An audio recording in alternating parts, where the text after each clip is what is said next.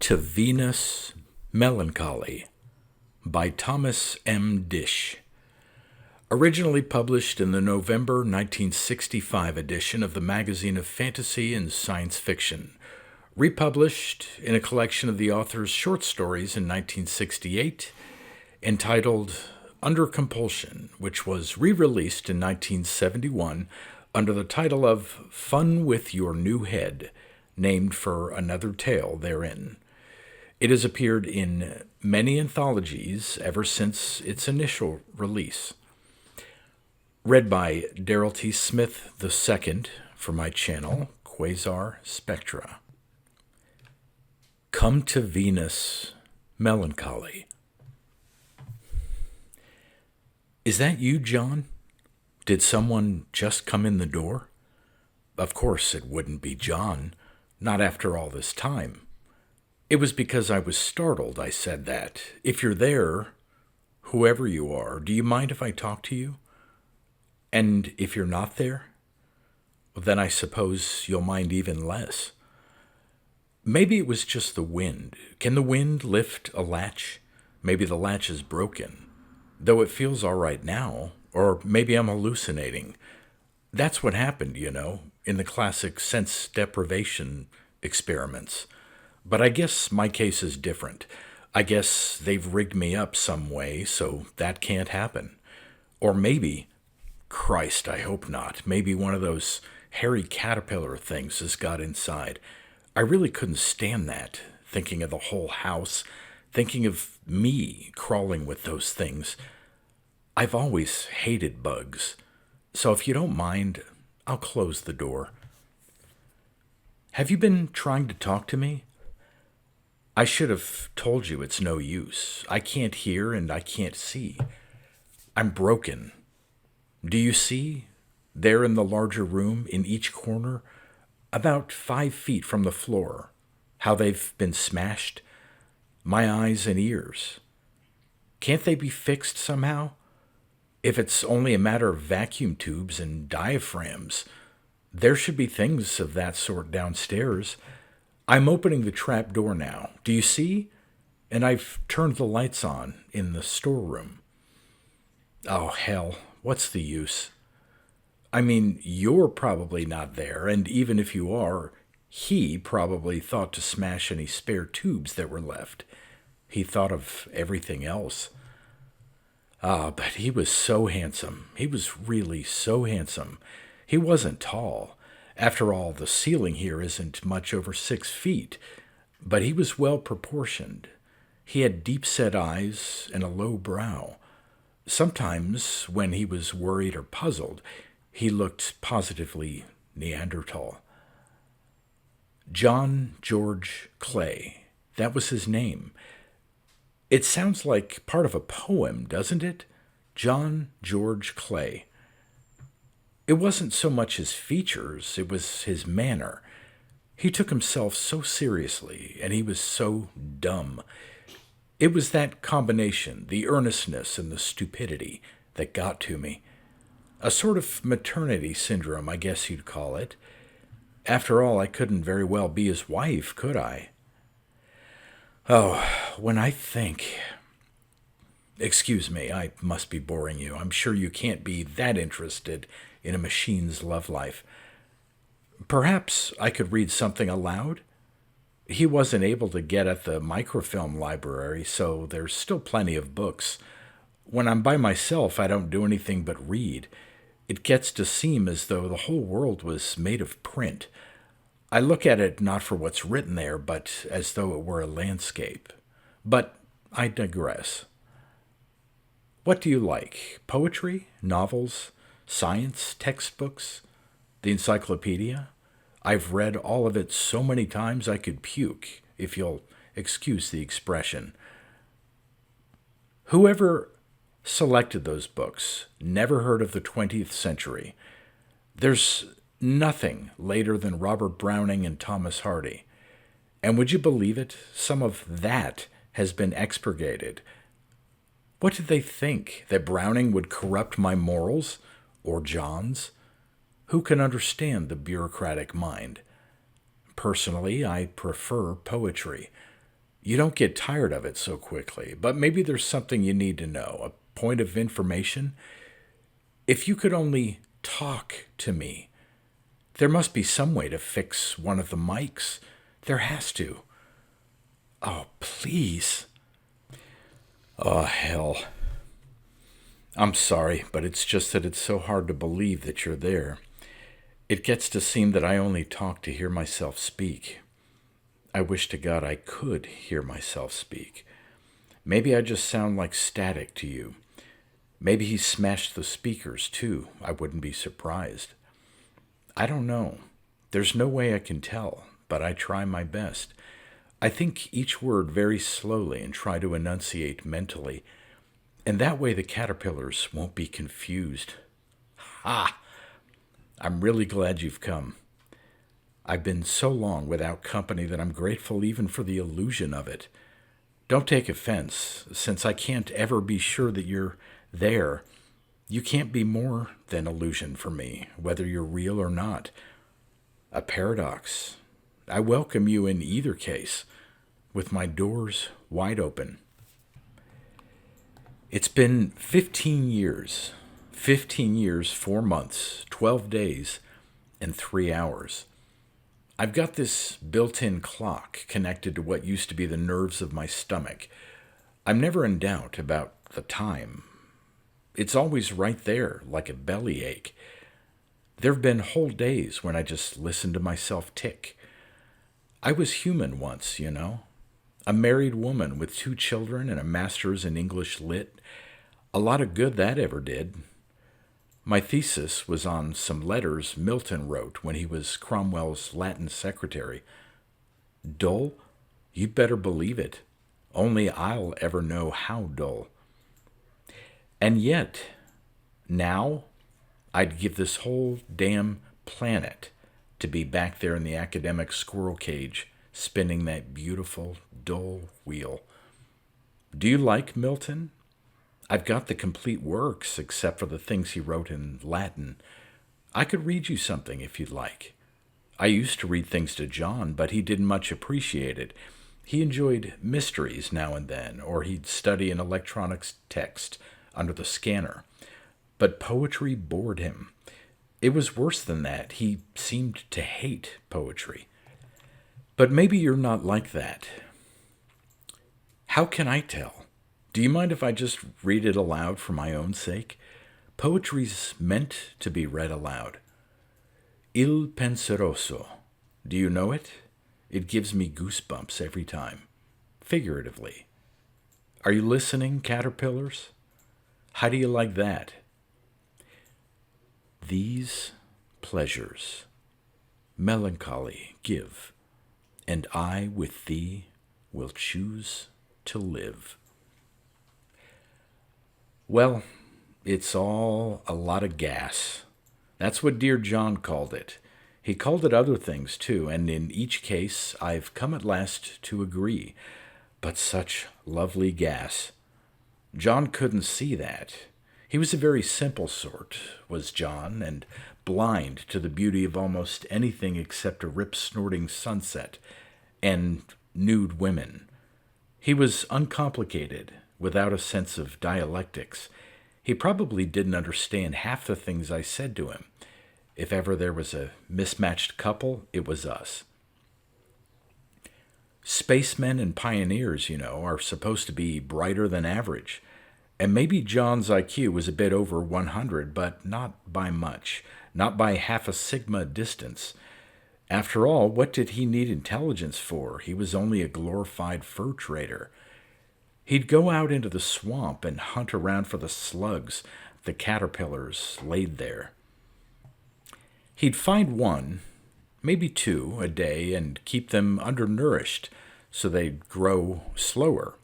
Every 3 weeks, the ship would come along, pick up the slugs, and leave supplies.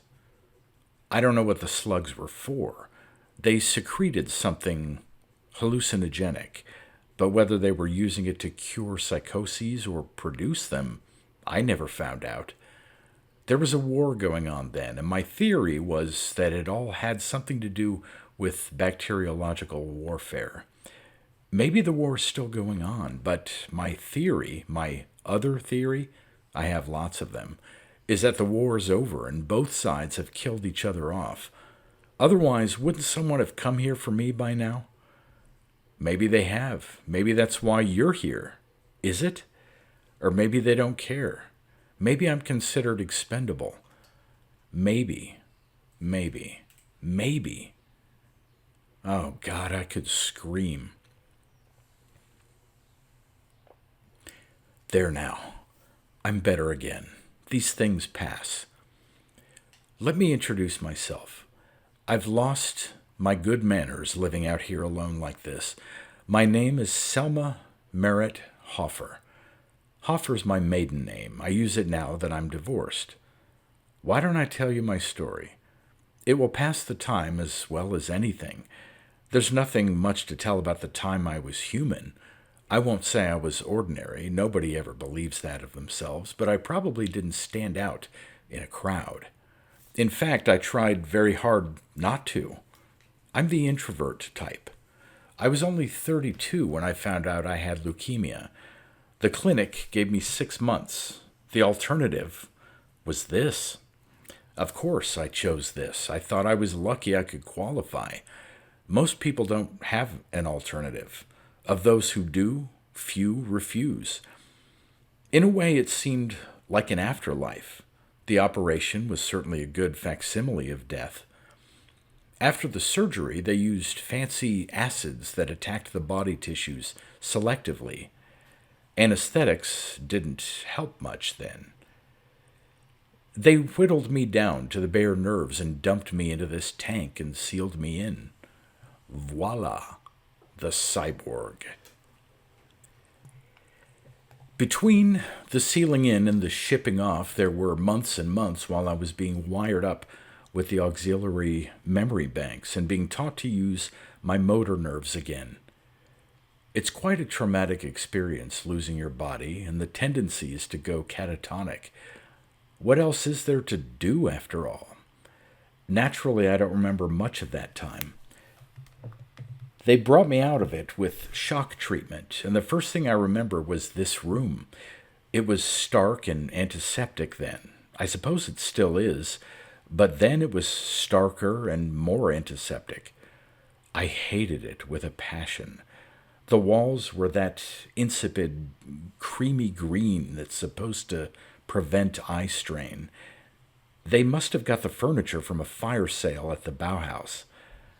It was all aluminum tubes and swatches of bright-colored canvas. And even so, by some miracle of design, the room managed to seem cramped. It's 15 feet square, but then it seemed no bigger than a coffin. I wanted to run right out of that room, and then I realized I couldn't. I was the room. The room was me. I learned to talk very quickly so I could give them directions for redecorating. They argued at first. "But, Miss Hoffer," they'd say, "we can't take an ounce more payload, and this furniture is regulation." That was the name of their god, regulation. I said if it took an act of Congress, they'd redecorate, and at last I got my way.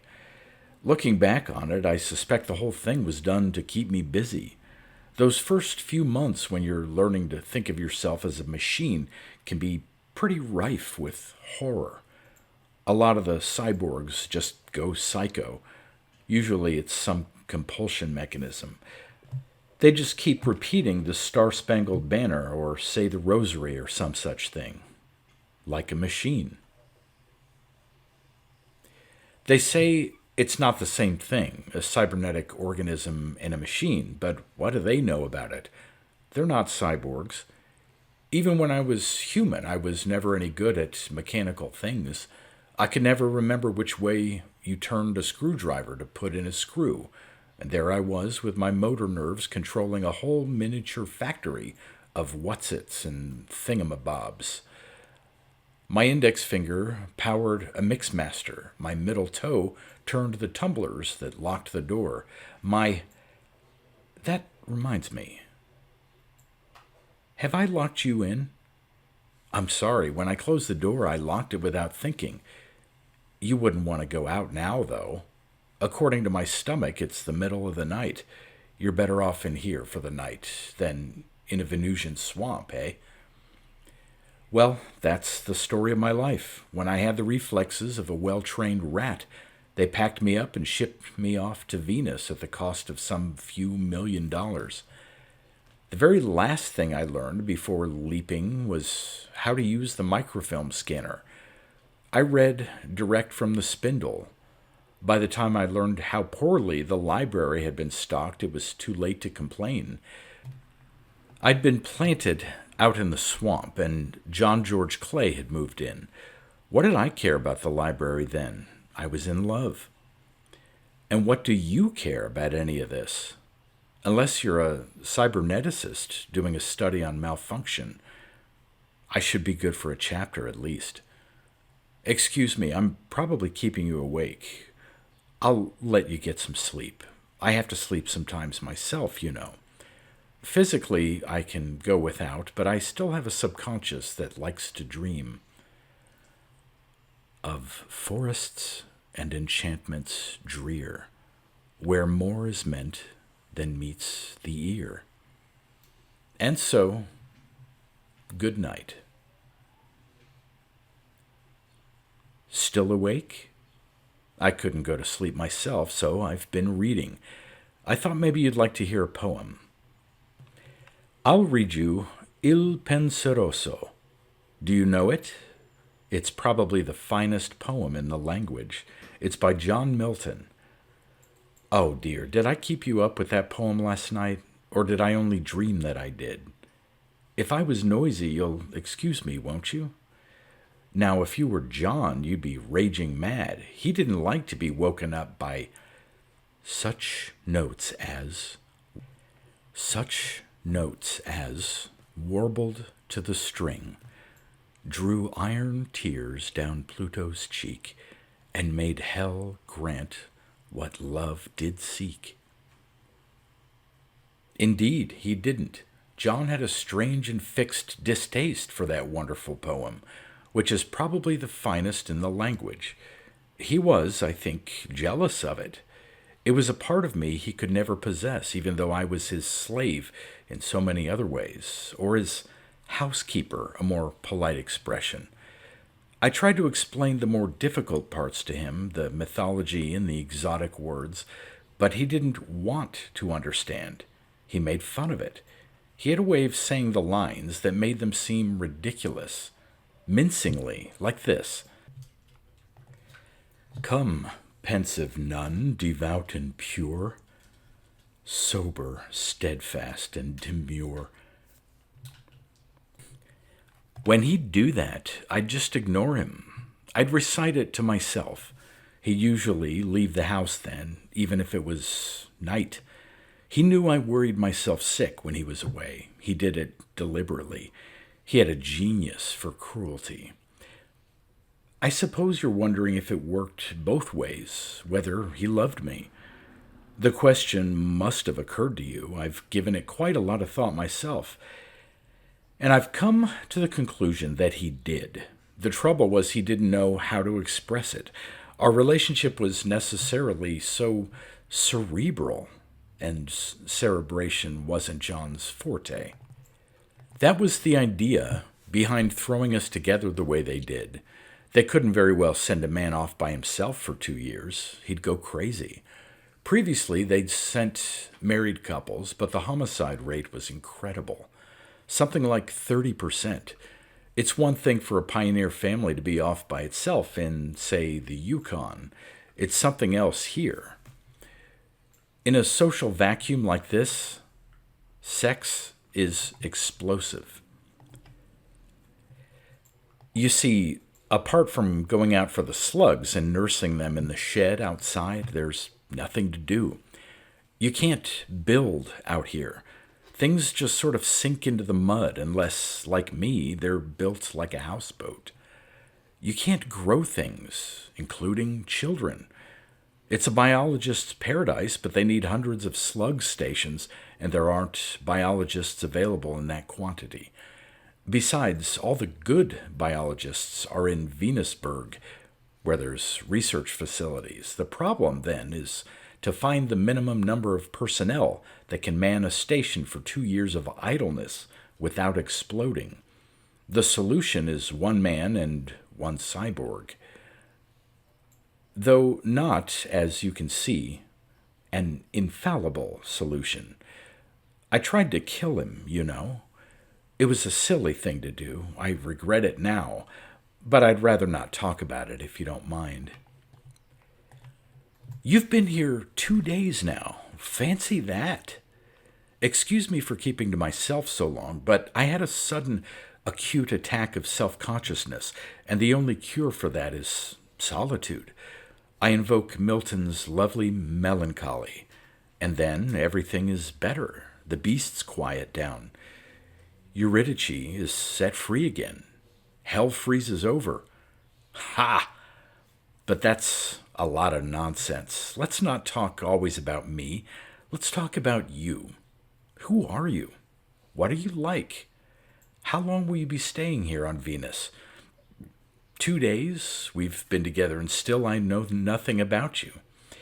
Shall I tell you what I imagine you to be like? You're tall, though I hope not so tall as to find that low room uncomfortable, with laughing blue eyes and a deep spaceman's tan. You're strong, yet gentle, gay, yet basically serious. You're getting rather hungry. And everywhere you go, you leave little green slugs behind you that look like runny lime jello. Oh, hell. Excuse me. I'm always saying excuse me. I'm sick of it. I'm sick of half-truths and reticences. Does that frighten you? Do you want out already? Don't go now. I've just begun to fight. Listen to the whole story, and then, maybe, I'll unlock the door. By the way, in case you're getting hungry, there may still be some rations left down in the storeroom. I don't want it to be said that I'm lacking in hospitality. I'll open the trapdoor and turn on the light, but you'll have to look for them yourself. Of course, you're worried that I'll lock you in down there. Well, I can't promise that I won't. After all, how do I know you're not John? Can you prove it? You can't even prove you exist? I'll leave the trapdoor open in case you should change your mind. For my next number, I'd like to do Il Penseroso by John Milton. Quiet down, caterpillars, and listen. It's the finest poem in the language. How about that? Makes you want to go right out and join a Trappist monastery, doesn't it? That's what John once said. I'll say one thing for John. He never tattled. He could have had me taken away and turned to scrap. All he had to do was give the word when the ship came down to pick up the slugs. But when there was company, he could always put a good face on things. He was a gentleman in every sense of the word. How did it happen, then, if he was a gentleman and I was a lady? Whose fault was it? Good God, I've asked myself that question 100 times. It was both our faults and neither's.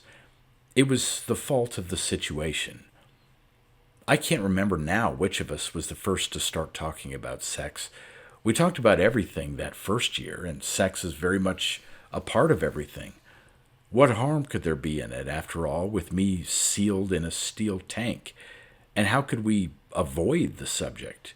He'd mention an old girlfriend or tell a slightly shady joke, and I'd be reminded of something by degrees. The thing is that there's an immense curiosity between the sexes that almost never is satisfied. Things that men never know about women, and vice versa. Even between a man and a wife, there is a gulf of unmentionables. Maybe especially between a man and a wife. But between John and me, there seemed to be nothing to prevent perfect candor. What possible harm could it do? Then, the next thing, I don't remember which of us started that either. We should have known better. The borderline between perfect candor and erotic fantasy is no wider than an adjective, but it happened imperceptibly. And before we knew quite what we were doing, it had been done. It was already a habit. When I realized exactly what we were doing, of course, I laid down the law. It was an unhealthy situation. It had to stop. At first, John was agreeable. He was embarrassed, like a little boy who's been found out in some naughtiness. We told each other it was over and done with. But it had become, as I've said, a habit. I have a rather more vivid imagination than John, and he had grown dependent on me. He asked for new stories, and I refused. He got angry then and wouldn't speak to me, and finally I gave in. I was in love with him, you see, in my own ectoplasmic way, and this was all I could do to show it. Every day he wanted a new story. It's hard to make the same tired old tale seem new in every telling.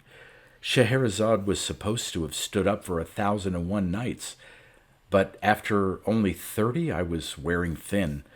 Under the strain, I sort of retreated into myself. I read poetry, lots of poetry, but mostly Milton. Milton has a very calming effect on me, like a mill town, if you'll excuse the pun. The pun, that's what did it. It was the last turn of the screw, a simple pun. It seems that when I read, I sometimes read aloud without realizing it. That's what John has told me. It was all right during the day when he was off in the swamp, and when he was here in the evenings we'd talk with each other. But he needed more sleep than I did, and when I was left on my own after he'd gone to bed, I'd read. There was nothing else to do. Usually I'd read some long Victorian novel, but at the time I'm speaking of, I mostly read Il Penseroso. He shouldn't have made fun of it. I guess he didn't realize how important it had become to me. It was like a pool of pure water in which I could wash away the grime of each day. Or else he was angry for being woken up. Do you remember the part right near the beginning where it says, "But hail, thou goddess sage and holy, hail, divinest melancholy"? Of course you do. You probably know the whole thing as well as I do by now. Well, when John heard that, he broke out laughing, a nasty laugh, and I couldn't really stand that, could I? I mean, Milton means so much to me.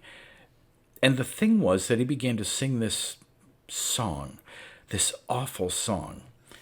Oh, it was a clever idea, I suppose, when first he thought of it, but the combination of that vulgar tune and his perversion of Milton's noble words, though he claims that's how he understood the words when I first read them to him, and I still maintain that the second I in divinest is pronounced like a long E. It was aggravating in the extreme. I can't tell you how much it upset me. Do I have to repeat them? Come to Venus, melancholy baby. Cuddle up and don't be shy. And so on. It's not only a bad pun, it's a misquotation as well. It should be hail, not come. So vulgar. It gives me goosebumps even now. I told him to leave the house right that minute. I told him not to come back till he was ready to apologize. I was so angry I forgot it was the middle of the night. As soon as he was out the door, I was ashamed of myself. He came back in 5 minutes. He apologized outside the door, and I let him in. He had the large polyethylene bag over his shoulder that he uses to gather up the slugs, but I was so relieved I didn't think anything of it. He put them on the visual receptors. There must have been 20, all told, and each one was about a foot long. They fought each other to get right on the lens because it was slightly warmer there. There were 20 of them, foul, gelatinous slugs, crawling on my eyes. Oh, God. I shut off my eyes and I shut off my ears because he was singing that song again, and I locked the doors and I left him like that for 5 days while I recited Il Penseroso. But whenever I came to that one line, I could never say it. It was perhaps the hallucinogens, though he might just as well have done it in his right mind. He had every reason to, but I prefer to think it was the hallucinogens. He had been all that time with nothing else to eat. I've never been 5 days without food, so I don't know how desperate that would make one. In any case, when I came to myself again and opened my eyes, I found I had no eyes to open. He'd smashed every receptor in the room, even the little mobile attachment for cleaning. The strange thing was how little I cared. It seemed hardly to matter at all. I opened the door for 5 minutes so he could get out. Then I closed it so no more caterpillars could get in, but unlocked. That way John was free to come back. But he never did. The supply ship was due in 2 days later, and I guess John must have spent that time in the shed where he kept the slugs. He must have been alive, otherwise the pilot of the supply ship would have come in the door to look for him, and nobody ever came in the door again. Unless you did. They just left me here, deaf and blind and half immortal, in the middle of the Venusian swamp. If only I could starve to death, or wear out, or rust, or really go insane. But I'm too well made for that. You'd think after all the money they spent on me, they'd want to salvage what they could, wouldn't you? I have a deal to make with you. I'll let you out the door if you'll do something for me. Fair enough? Down in the storeroom there are explosives. They're so safe a child could use them. John did, after all. If I remember rightly, they're on the third shelf down on the west wall. Little black boxes with danger written on them in red. You pull out the little pin and set the timing mechanism for anything from 5 minutes to an hour. It's just like an alarm clock. Once they're set, just leave them in the storeroom. They'll be nearer to me down there. I'm over the storeroom. Then, run like hell. 5 minutes should be time enough, shouldn't it? I'll only want to read a bit of Il Penseroso. Is it a deal? The trapdoor is open, and I'm opening the outside door now, just to show you I'm in earnest. While you set to work, I think I'll read something to pass the time. Hello? I'm waiting. Is everything all right? Are you still there? Or were you ever there? Oh, please. Please. I want to explode. That would be so wonderful. Please, I beg of you. I'm still waiting.